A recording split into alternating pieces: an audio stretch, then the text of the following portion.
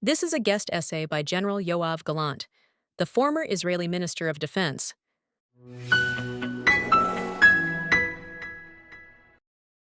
Heading into the U.S. midterm elections this November, almost every American politician asked about Israel is being asked the same question on every stage. Should the United States continue aid to Israel? Should it be cut, conditioned, or used as leverage? The question carries a premise. The premise is that American support for Israel is a transfer of value from a benefactor to a recipient, and that the only remaining question is how generous the benefactor should be. That premise is wrong. It has been wrong for a long time. And because it is wrong, the debate built on top of it produces answers that misrepresent to the American people what their money has actually been doing for the past half century. I served as Israel's Minister of Defense during the most difficult period in our modern history, more than a year of the Seven Front War that began on October 7th, 2023. I have sat across the table from American counterparts in shaping this relationship. I have watched on the battlefield what American and Israeli capabilities look like when they are combined against a common enemy. I want to set out what this relationship actually is and what it is not. Under the current Memorandum of Understanding, the United States provides Israel $3.8 billion annually, of which $3.3 billion is foreign military financing and $500 million is cooperative missile defense. American political discourse treats this as foreign aid, grouping it with disaster relief and humanitarian assistance, calling it a subsidy or a gift. The description misidentifies the transaction. Foreign military financing is not a transfer of value to Israel. It is a defense procurement arrangement under which Israel receives the dollars on paper and then spends them on American-made defense equipment produced on American soil by American workers in American congressional districts. By 2028, nearly every foreign military financing dollar will be required to be spent in the United States. The checks are written in Jerusalem. The jobs are in Arkansas, Alabama, Texas, Arizona, and Connecticut. This is a co-investment in American industrial capability denominated in American manufacturing output. Investments are measured by their return, and the return on this one is documented. When American foreign military financing dollars pay for the F-15s, F-35s, and other U.S.-made systems Israel buys, Israel's own defense budget is freed for what no foreign assistance program covers, namely the indigenous research and development of Israeli systems. The aid does not simply move money. It allows Israel to invest its own resources in domestic research and development at a scale no other ally can match, with the urgency of a country that has stood under arms continuously for nearly 80 years, defending borders against constant attack from neighbors who do not accept its existence. No other Western country has built up that kind of accumulated combat experience over that span of time. The systems that come out of that research and development get tested under combat conditions. By the time they mature, they have been validated against the most demanding threat environments in the world. American forces then receive the finished products ready for fielding, without having paid for the development cycle and without having borne the operational risk of testing them in war.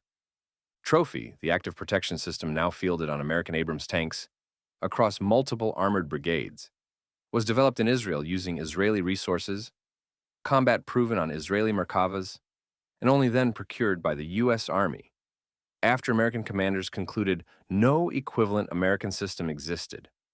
The helmet-mounted display that defines the F-35's pilot interface, supplied through a joint venture between Israel's Elbit Systems and the American firm Collins Aerospace, equips every F-35 produced anywhere in the world.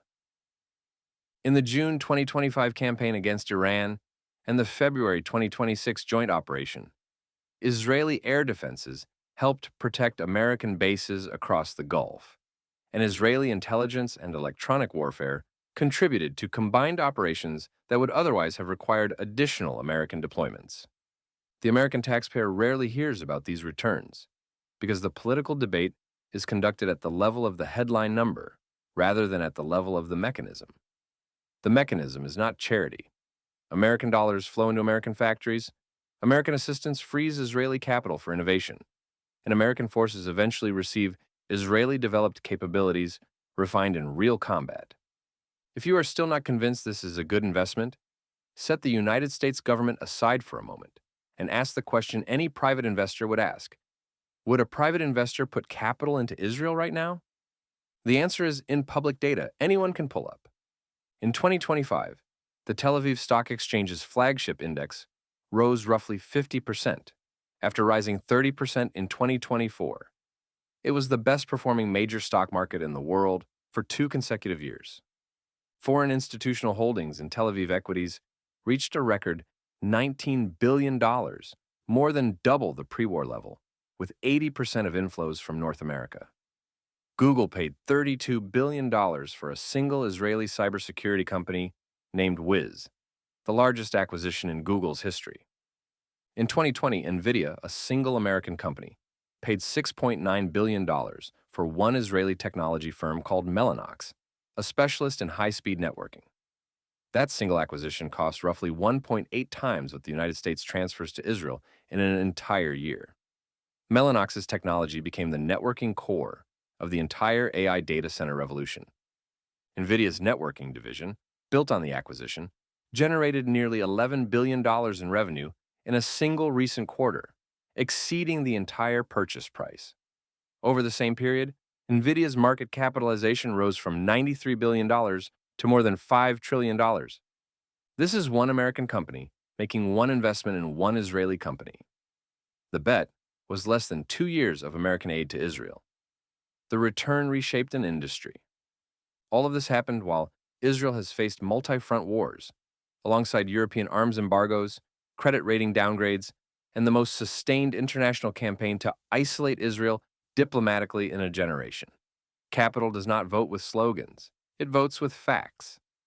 Every major institutional investor in the world, looking at the same evidence available to Washington, is increasing their allocation to Israel.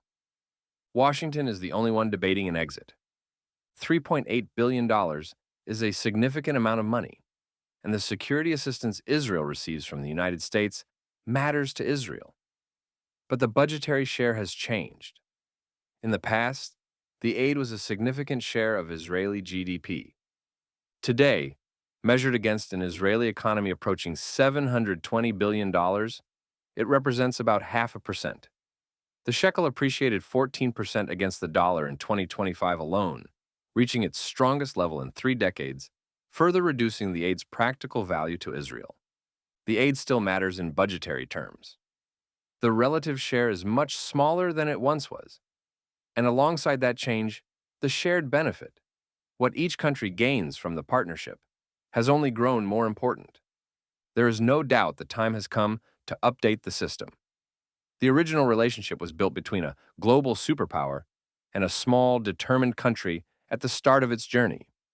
Today, Israel is still small, but it is also a defense partner that fights alongside American forces, an arms exporter to dozens of allied nations, and a creator of technologies that the whole world buys and that the United States benefits from. Israeli defense exports reached $14.8 billion in 2024, in their 4th consecutive record year, placing Israel among the top 10 arms exporters in the world. This is no longer the relationship the original aid framework was designed to manage. The shift is already happening, project by project, contract by contract. American capital and scale meeting, Israeli research and combat validation, manufacturing running through both economies, export revenue shared, strategic capability compounding on both sides. The pattern is consistent. What is missing is the framework that institutionalizes it as the basis of the relationship, rather than the exception to it. American security assistance to Israel is, in effect, already an American investment in joint developments. I proposed this evolution when I was Israel's Minister of Defense, and I am proposing it again now. The transition should happen gradually, with both governments designing the instruments, the rules, and the milestones together. The proper horizon is 2048, Israel's centennial, 22 years away. The length of a mortgage, a long-term industrial program, not a political instrument used against either ally for electoral advantage. The American public deserves a true picture of this relationship, not an agenda dressed up as policy analysis to serve someone's political interests. Americans understand the difference between a cost and a return, between a handout and a stake.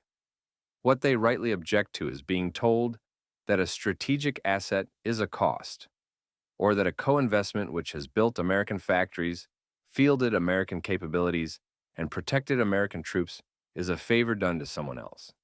The data points the same way from every direction. The battlefield says the partnership works. American industry says the partnership works. Capital markets say the partnership works. Every investor with access to the facts is committing more to Israel, not less. The question is not whether to continue. The question is how to update the structure to reflect what the evidence has been showing for years.